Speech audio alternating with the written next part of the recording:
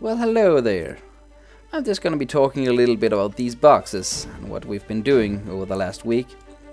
A lot of changes have been done, and I'm not gonna go through all of them. I'm just gonna talk about the general idea and what we're trying to aim towards. I will say I'm not doing any of the scripting. You can find the credits for that in the map description of my maps. And for now, we're just gonna talk about the friend box. We have kind of nerfed the resource you can get from this, and we have added AC drops into it as well. The idea behind this is we still want you to gain some sort of power with the AC, but limit the units you get. The whole idea of the boxes is to limit units and always create a new force. Like, you never really know what you have.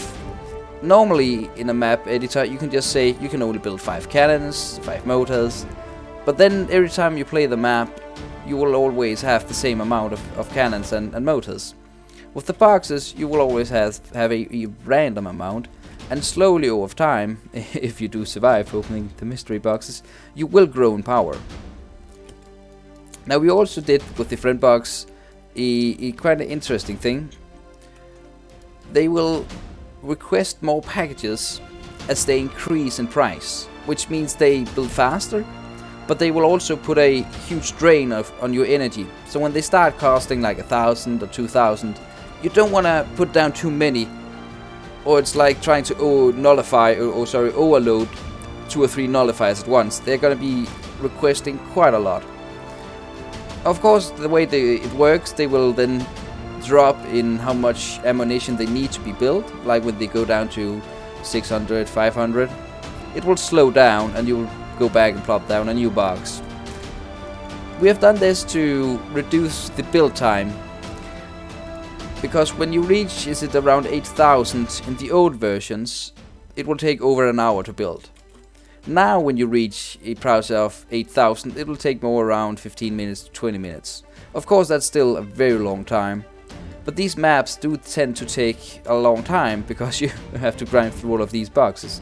And if you use ×4 a little bit as well, 15 minutes isn't really that long, and you will be putting them down once in a while, maybe within minutes in between. So you kind of be opening a box once a minute. And it's a lot more smooth than having like 20 slow building boxes in your base. Now, the mystical box. We have slowly taken away the pylon and the porter away from the box. You can't get those anymore, and you can just build them now. And we have also added the miner, so you can actually rebuild when you get a miner in these boxes. It will spawn some resource terrain, and now you can actually rebuild them if you lose them. Or if you have an area you like to open boxes in, and you start cluttering up with miners, you can just delete some of them, remove them a bit, and when you're done opening boxes, you can rebuild the miners. We've also added quite a lot of chance to get AC in these boxes. And we're doing this again to kind of limit the amount of units you have, but not limit the power you get.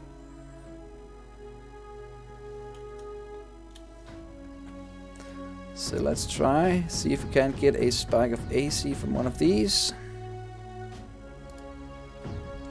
There we go. Now, there's quite a lot of AC you're getting, which means it is quite a lot of power, but again, it's not the same as getting an actually motor, because they will stay, right? Again, this is to reduce the amount of units you have overall. We want to create the feeling of units being important. You want to take care of them, you don't want to lose them. And the mystery boxes is also, of course, about random and chaos. So we're kind of putting these two things together. The low unit count together with the random chaotic nature of randomness. And of course, we've also added some things to the Titan box, balanced a few things out. Usually you could get urns, or back in the older versions you could get urns and berthas out of this guy. And we've kind of combined those two into one. So now you get 4 berthas and 4 urns instead of the urn and berthas that have been merged into one. We have also added some scripted enemies, and we are thinking about adding more stuff over time as well. But for now, we're probably gonna take a break, just play it, see how it feels, and that kind of stuff. It's quite difficult sometimes. You can be very unlucky at the beginning of a map and spawn air sacs in your very first mystery box. And of course, sometimes, oh, that's kind of lucky, for the video at least. And sometimes this will result in a restart of the map, because you just can't deal with this really. And if you're really unlucky and he throws all of these eggs into your base, it can go really wrong. Some of this can be prevented by quite simply, when you make the map, pre-place a few snipers, a few rockets, some cannons and stuff, and an urn, which means, of course, resources as well, which means you have a missile to actually take care of these guys when they spawn. And you can even use the urn on the missile launcher, and then he can most certainly take care of most of the air sacs you're going to spawn from mystery boxes. But that is kind of a map design, right? You can give quite a lot of units in the beginning. You could even, in the build menu, just limit the units to like 2 or 3. So you will always have like this low amount of units, and then if you want more, you'll have to grind through the mystery boxes and the friend boxes to get more of the cannons and stuff. So a lot of different map balance can be done. And of course we would love if people would take this concept and make maps, because I tend to make rather hard maps with these boxes, and I really do enjoy these kind of things. I don't mind having to restart a few times because I'm having bad luck, but I cannot very well understand that that's not fun for everyone. So there's a lot of things to be said about how to actually make the maps. I might try to make some easier maps, but sometimes when I try to make an easy map, it doesn't turn out all that easy. And then when I'm playing through it, I go like, oh, this is still a good map, I'm just gonna post it, and then I end up not really making easy maps. It's kind of a dumb thing, I know. But actually, most importantly, these boxes are now working in mverse.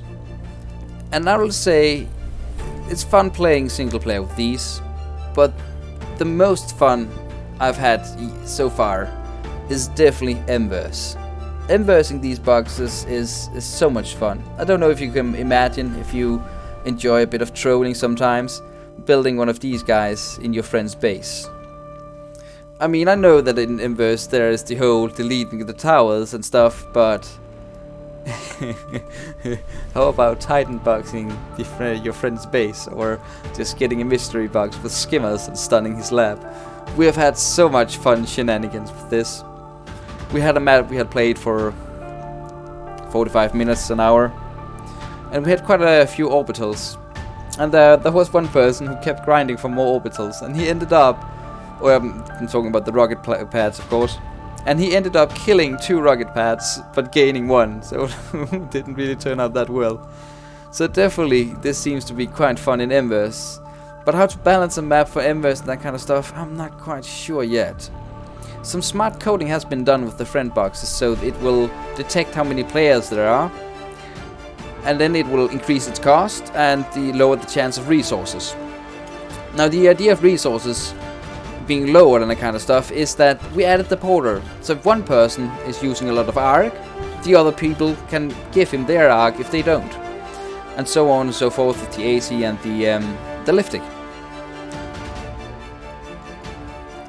There's not that much more I wanted to talk about. This is just a kind of a quick up-to-date with this. You're probably gonna sit back, play it a lot, and see how it feels. And at this point in time, I really have to post a few maps, because it has been a long process. In the beginning, when we made the first few maps of this, it was kind of a mess. I mean, the very first time I played with these boxes, there were only the mystery box, and you had to get everything out of this guy. And the only viable strategy I found was building boxes in one corner, get as much stuff you could that could move, and then flee to another corner. That's why the friend box exists. And of course, getting Titans out of the mystery box didn't really make much sense, so in the long run we also made the Titan box, right?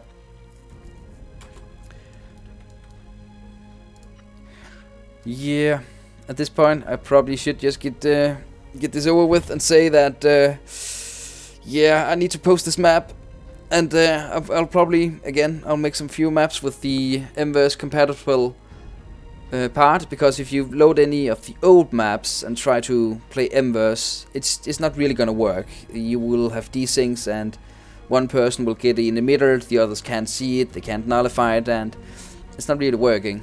But now it does. And I will say again, I'm not the one who's doing the scripting. Credits for that can be found in the map description of the maps. He's doing really great work. And with that, I'm out, and I hope you have fun with this. See you next time.